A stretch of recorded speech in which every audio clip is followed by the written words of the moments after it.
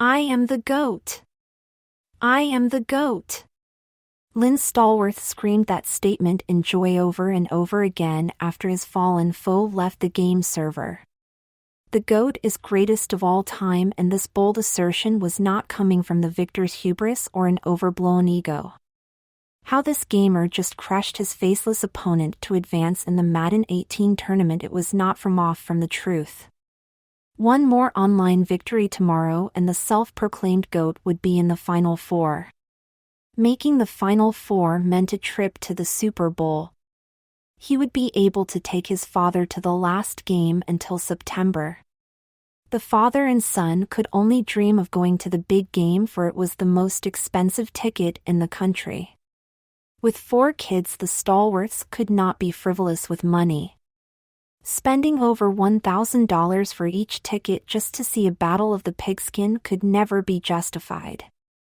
Of course, Lynn was going to see himself as the GOAT. He had great hand-eye coordination and was a great tactician.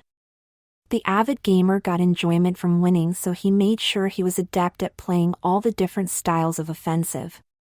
His main strength was putting pressure on the other team. Make the other player take risks, and when a mistake was made, to capitalize on them. The competitor's mindset was also coming from his philosophy that a contest had 4 outcomes. He actively won the game or lost the game, or his opponent actively won the game or lost the game. Lynn knew for the best results he needed to be captain of his own destiny, so he forced the game to fit how he wanted it to be played. Lynn making sure that he was in charge of the outcome served him well as a professional gamer. His parents, Troy and Alana, were so proud of him making a little money with his hobby. That was the main reason why he had free rein to connect his game systems to the big screen television when they were not home. They saw it as him honing his skills in a money-making venture.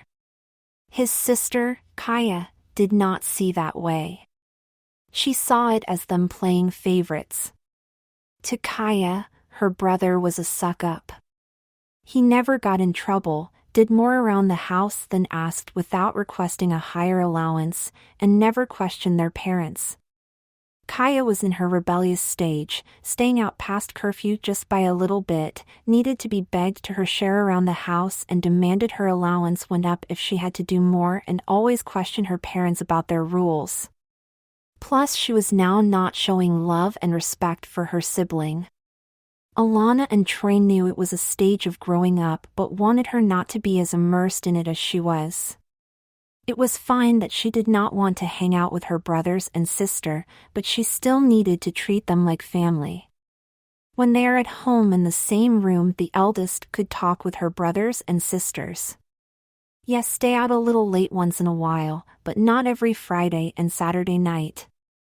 It might have been only 10 to 15 minutes late, but it was her way of saying they were not the boss of her.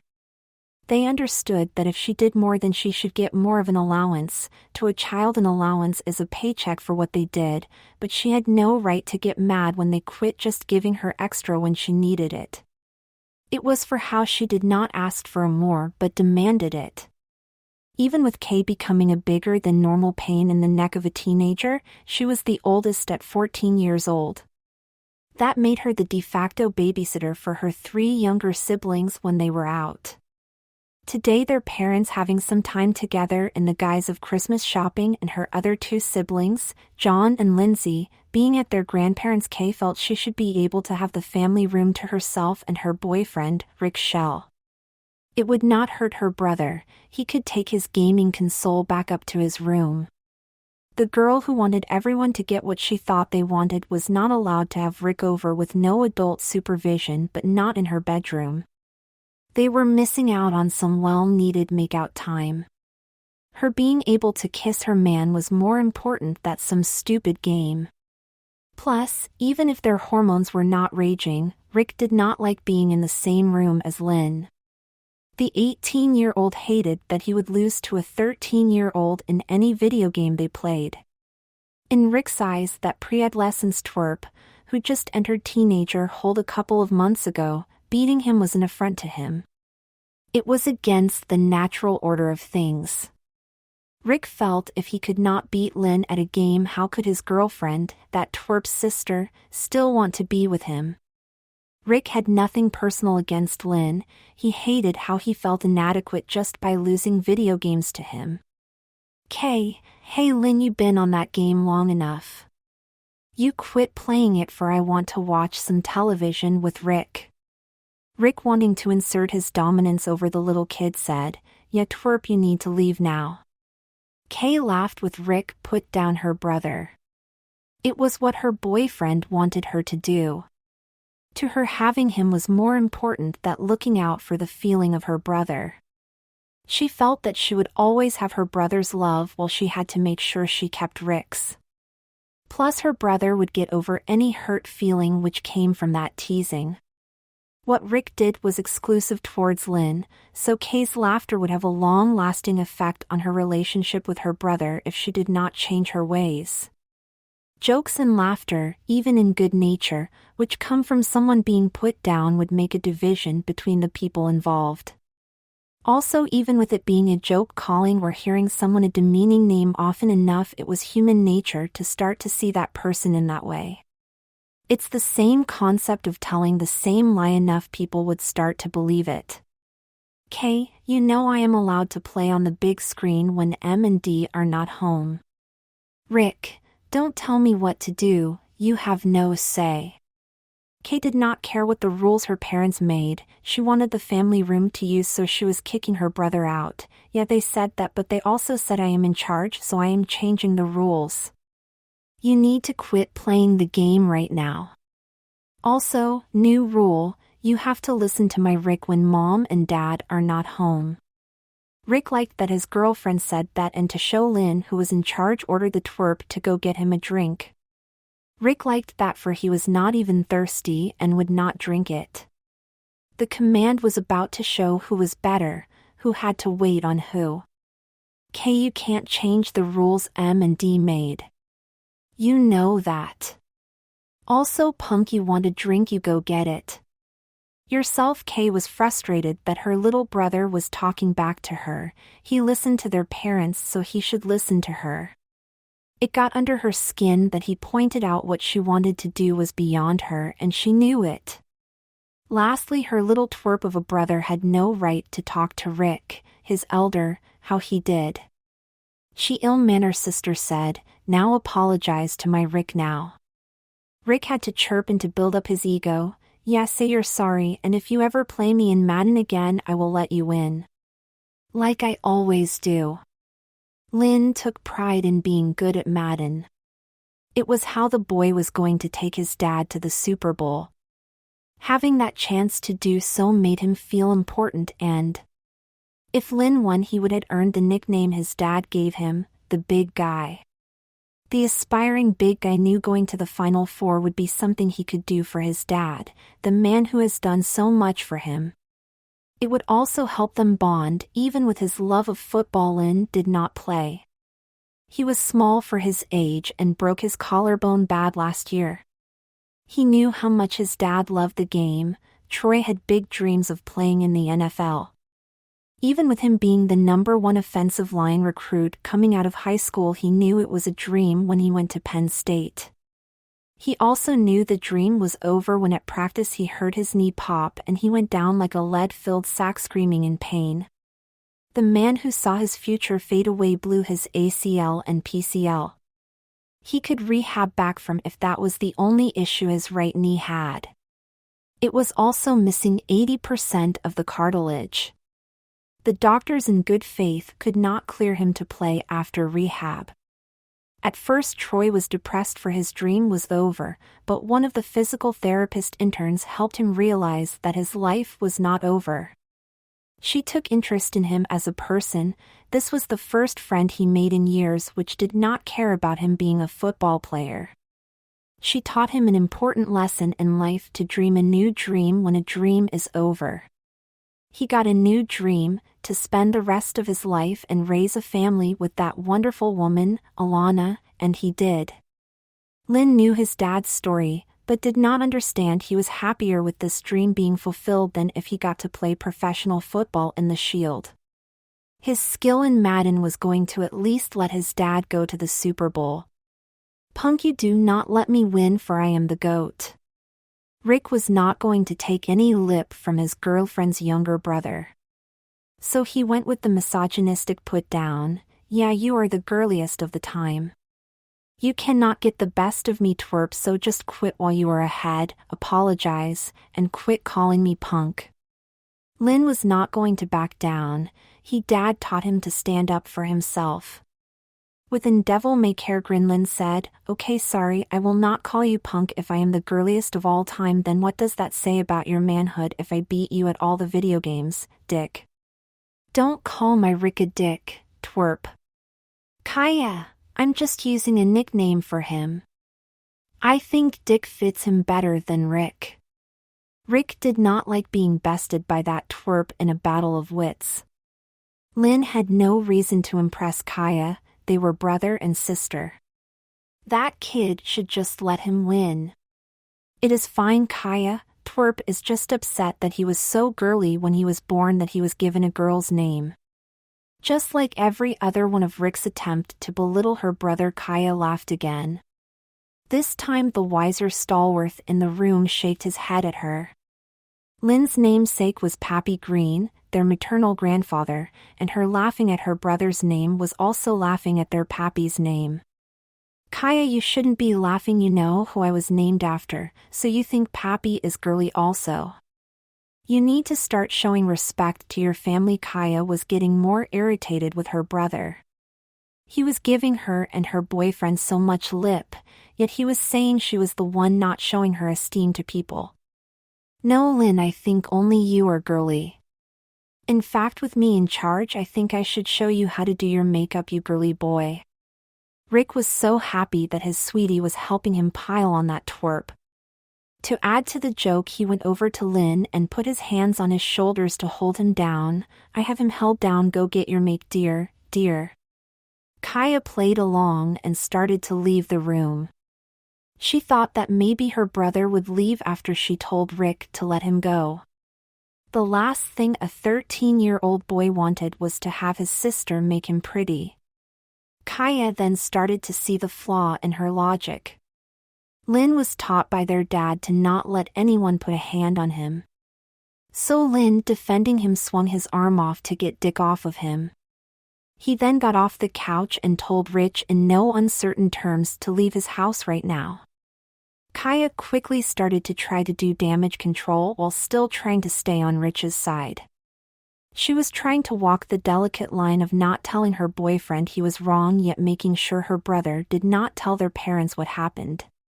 If he did, Rick, the best case would be her man would not be allowed over anymore. The more likely one was she would have to sneak around to see him, for they would forbid her to be with him. "Quit being a baby, we were joking.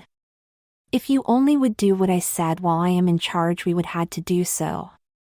Now just go to your room and we will forget this happened.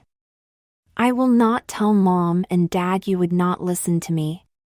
Lynn was mad and was not playing around. "No, Rick has to leave.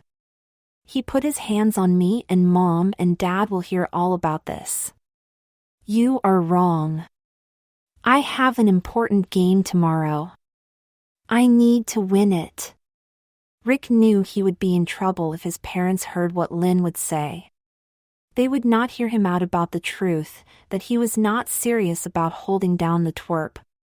With him already being in for a dime, he was going in for the dollar and punch Lynn in the solar plexus. It was not a hard punch, but it made Lynn fold over like a new dress shirt on a display counter. Kaya screamed no. Lynn knew he could not win a fight against Rick. The older boy had a half foot on him and 40 pounds of muscle. Even with going to lose the fight, the stubborn boy was not going to back down. "F you, Rick, and F you, Kaya. You better leave Rick now. Sweetie, go get your makeup and a dress. We are going to make Lynn the girl she is. It is the only way he will not rat us out. We will take some pictures of him and then blackmail him into not saying anything.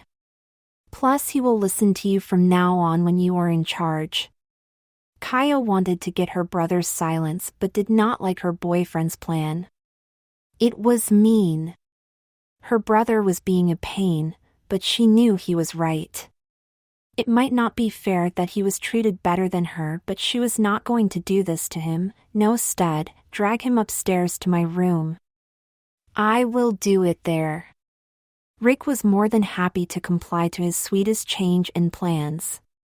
He did not care how it would occur, but putting that twerp in a dress while in makeup would do wonders to Rick's injured ego. Rick knew that he could hold those pictures over Lynn from now on. Kaya led the way to her room. On their way up, Rick threatened to really hurt Lynn if he did not go along with the punishment. Lynn could tell by the anger in Rick's voice it was not an idle threat. Kaya did figure out how to get out of this mess. She was going to tell Rick to go home, for he was not allowed in her room. Once her and her brother were in her room, she would say sorry and tell him he could go back to playing his game.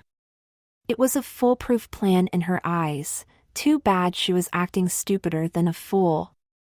She told her brother to wait in her room as she escorted her stud to the door. Even with her not liking that he punched her brother, she liked how more confident he was acting. The punch was not that bad, plus Lynn was being a pain. Her kid brother was asking for it. She also knew that once she told Rick to never do that again, the lovable oaf would listen. When she went into her room, her plan to get out of doing what was threatened started to unravel. Lynn was not going to go down passively. He was going to make sure his big sister knew exactly what he thought of her. Before Kaya could tell what only she and Rick would see as good news to her brother, he screamed in her face, "F you, you whore." Kaya could not believe her brother would use those words towards her. Those words were as hurtful as 1,000 punches to her solar plexus. The lady, blinded with pain, did not realize why her brother thought she was really going to put him in a dress and makeup. Her aloofness towards her family made that cruel act believable in his eyes. How she laughed at her boyfriend putting him down also made Lynn see the worst in her. The pain in her heart made Kaya want to inflict the same pain to the person she believed caused it, Lynn. Kaya wanted to make sure the victim knew it was all his doing. I was about to tell you I was not going to do the makeover, but with what you called me you deserve it, and also the pictures taken. Bullshit, you are mad for you did not get your way. Also, your boyfriend Dick wanted it.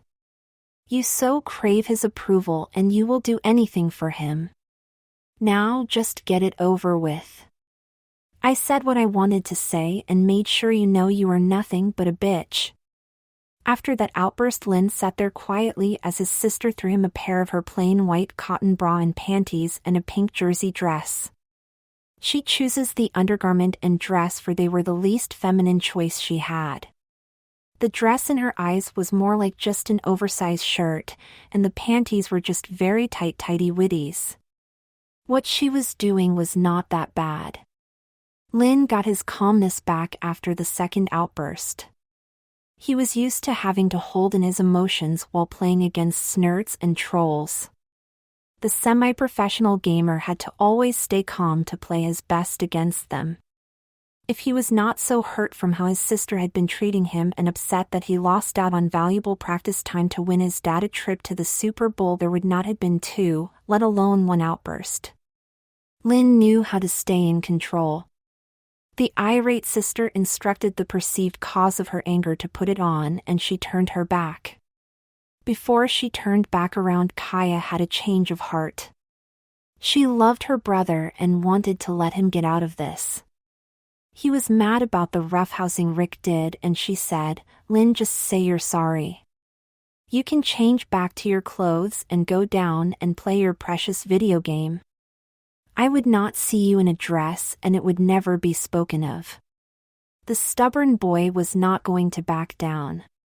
He also was not going to lie to get himself out of this. In fact, he wanted her to put the makeup on him so Kaya would get into trouble.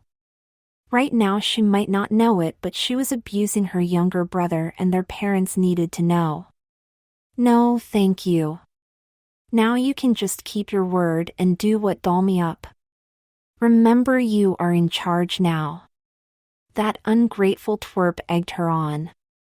There was no way she would back down now, for she would have egg on her face. Fine, I knew you wanted anyway. Kaya's anger did not cloud her thinking good enough for her to not know what she was doing was wrong. The girl with a guilty conscience was getting some success in easing the guilt by telling herself this would lead to peace between her and Lynn. That Lynn would not question her authority over him anymore. Kaya did mock her brother while doing his makeup. The girl who was trying to make a point did not mean what she said, but the heartbroken brother took them to heart. Kaya was done and wanted this over with. She was not going to take his picture and told her brother to go to the bathroom and she would help take the makeup off. Lynn put his devious smirk on his face and said, "You forgot to take my picture." Kaya hated what she was going to do next, take some pictures. The young lady who was trying to save face was going to delete them as soon as she could, but knew that she went too far. Kaya knew she had another choice of just not making the blackmail material, but then what she did would be for naught. Lynn would tell their parents about Rich horseplaying with Lynn, but say it was a punch and then she would have to break up with her man. Two things snapped when she took the picture, the flash on her camera and her brother. Lynn believed that his sister would always use the pictures to get her way from him. Kaya was not prepared for the unleashing of the blizzard of rage from her brother. Lynn picked up the bottle of perfume she put on him and threw it against the wall. Kaya stood in her frozen from being terrified at what she has done. She caused a rift between her and her brother which she thought would never be repaired. The boy, who was emotionally half a world away from his sister, said, "I hate you, you bitch. Putting me in a dress to blackmail me. I hate you." Lynn looked in the vanity mirror and saw a reflection of a clown looking back at him. He grabbed his sister's curling iron and smashed the mirror. "I hate you. I needed that time to practice so I could win Dad a trip to the Super Bowl. You put me in a dress so you and your boyfriend Dick could hold it against me. He punched me. He said there would be more if I did not do what you said." Troy and Alana came home early from their time together. They knew that Kaya was young and had better things to do on a Saturday than stay at home with her kid brother. Even with her being trouble now, she was a good daughter, and they were thankful she did not protest too much today about doing the extra chore. When they heard Lynn screaming his grievances against his sister and the breaking things, their thoughts on their daughters were also shattered. It made no sense to both of them, and the same questions ran through their heads. Lynn was trying to win a trip to the Super Bowl? That bastard touched their son? How could Kaya had been mean enough to do what Lynn was accusing her of? Then again, it had to be true, for they never heard so much anger and rage from anyone before in their life. Lynn had this anger and rage for he was emotionally abused by his sister. The pain he was given by his sister's thoughtless acts was manifesting into his actions. Lynn had to release the pain, it could not be denied. If Lynn tried to hold it in, then it would have started to destroy his soul. There were more constructive and better ways to release the pain, but a 12-year-old in this much pain usually went for the quickest without thinking of the results. The concerned and loving parents arrived at ground zero of the anger bomb while Lynn was in the process of shoving off all of Kaya's beauty supplies off her vanity. They were both disappointed that their eyes confirmed what they knew was true. The boy in a dress looked up and saw his parents and was mortified. Lynn hated that his dad saw his son in eldest dress. To Lynn it was bad enough that he had to give up playing football. Now he was dressed like he wanted to be a cheerleader in front of his main male role model. Tears started to go down the face. Boy would thought his dad would now never see him as a man. Kaya knew that the look of true fear and the tears on her brother's face was not a good sign. She turned to see what was in Lynn's line of sight, which drove the anger and fear away.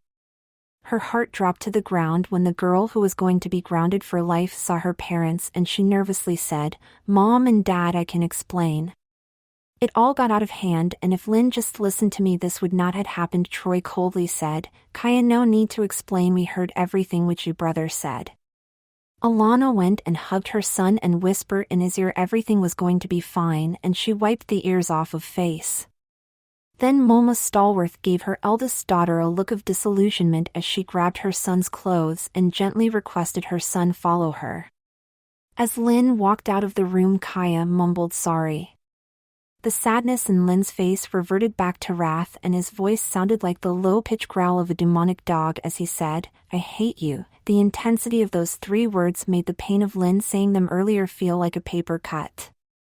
When the girl who now had only 2 siblings heard the tone of those 3 words, she knew all the memories, good, bad, and indifferent, Lynn had of them together were gone.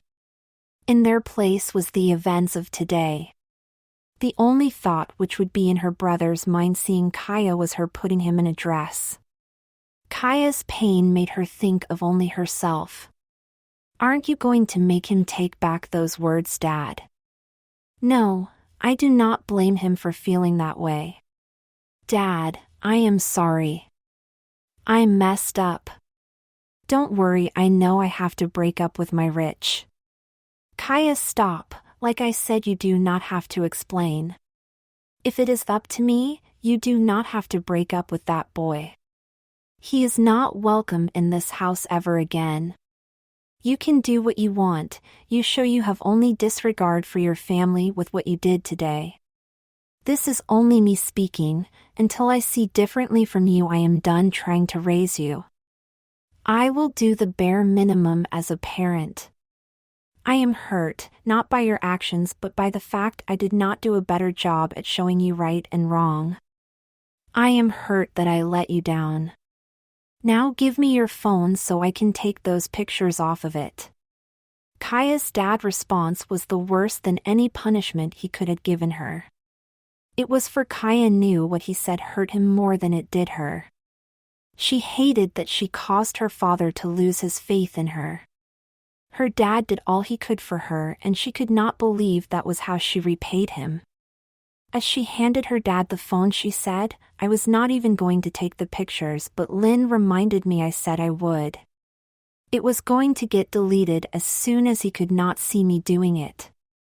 Dad, let me explain. I just wanted to family room for me and Rich, but Lynn would not leave because he was playing his video game. He then talked back to us. If he only left, it would not have escalated. I was not serious when I said I was going to put him in a dress, but he called my bluff. I should not have done that, but how could you and Mom go anywhere without us if Lynn knew I would not follow through with what I said?" All Kaya's excuse did was dig herself a deeper hole. That was why Troy did not want to hear any of it. Other than Kaya saying she was wrong, nothing would have made the situation better for her. "Kaya, your brother had the right to play. He found a way to make some money doing what he loves. That is why we let him play on the big screen. It helps him get better. You knew he was allowed to, and you should have respected the rules your mother and I gave you. You do not have to worry about babysitting your brothers and sister again. I do not trust you with any of your siblings. Lynn will be in charge of the John and Lindsay. You can do what you want as long as it is not illegal. I hope you make the right decision. I am going to see if the big guy is all right." As Troy somberly walked out of the room with Kaya's phone in his hand, Kaya pleaded her dad to punish her.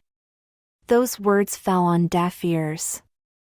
Kaya knew she was in too deep, and all she could do was prove her dad wrong. No matter how long it took and how much it hurt, she was going to prove to her dad that he did not let her down. Lynn was back in his clothes, and his face was naked when Troy came back in. His mom did a great job at comforting her son, but he was still in pain. Alana did a great job being a cornerstone for Lynn to start to rebuild his confidence. It was amazing, for Lynn's mom was worried about her family. She wanted the rift which was caused by the events of today to close. The matron of the family stalwart knew that might never come to pass. The worst part of the new status quo was that she had no power to destroy it. Alana could not force Lynn to forgive his sister. Then there was Kaya, what to do about her? Alana could not force her to become a better person. Hell, she doubted that she could even try to show Kaya how to be one by example. Lynn felt so small when his dad walked in, all he could think of was the look of disappointment on his dad's face. Lynn let his dad down by no fault of his own. Troy's wife thought that all the hard work which she did was for naught as tears started to roll down her son's face again. Dad, I'm sorry I let you down. I should have fought harder against Rick. I did swat his hands off of me. His punch really hurt and I did not want to be hit by him again. I know you are disappointed in me, I saw the look on your face. I did not want to be in that dress. Tears now started to go down Troy's face. His son was hurting from what he thought his father thought of him. Big guy, I am proud of you.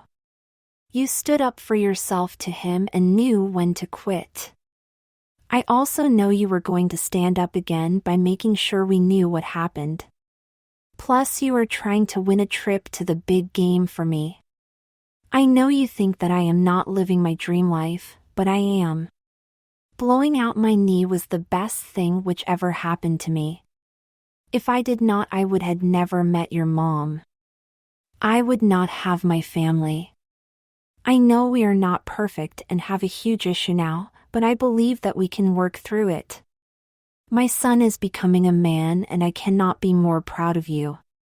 Only some of those words were true. Troy did not believe that the schism could be repaired by the family. It was all in Kaya's hands. He did not think that his daughter would be able to withstand how much resistance her peace offerings would receive from Lynn. Troy also knew he had to deal with that outburst Lynn did, but today was not the time. The experience which Lynn just had was extremely traumatic. His son was made to feel powerless by someone he trusted. His son had his fear and insecurities used against him by someone he loved. Thinking of why his son might need professional help made him a frustrated father. It was from Lynn's own flesh and blood. No one, let alone family, should not treat someone else that way.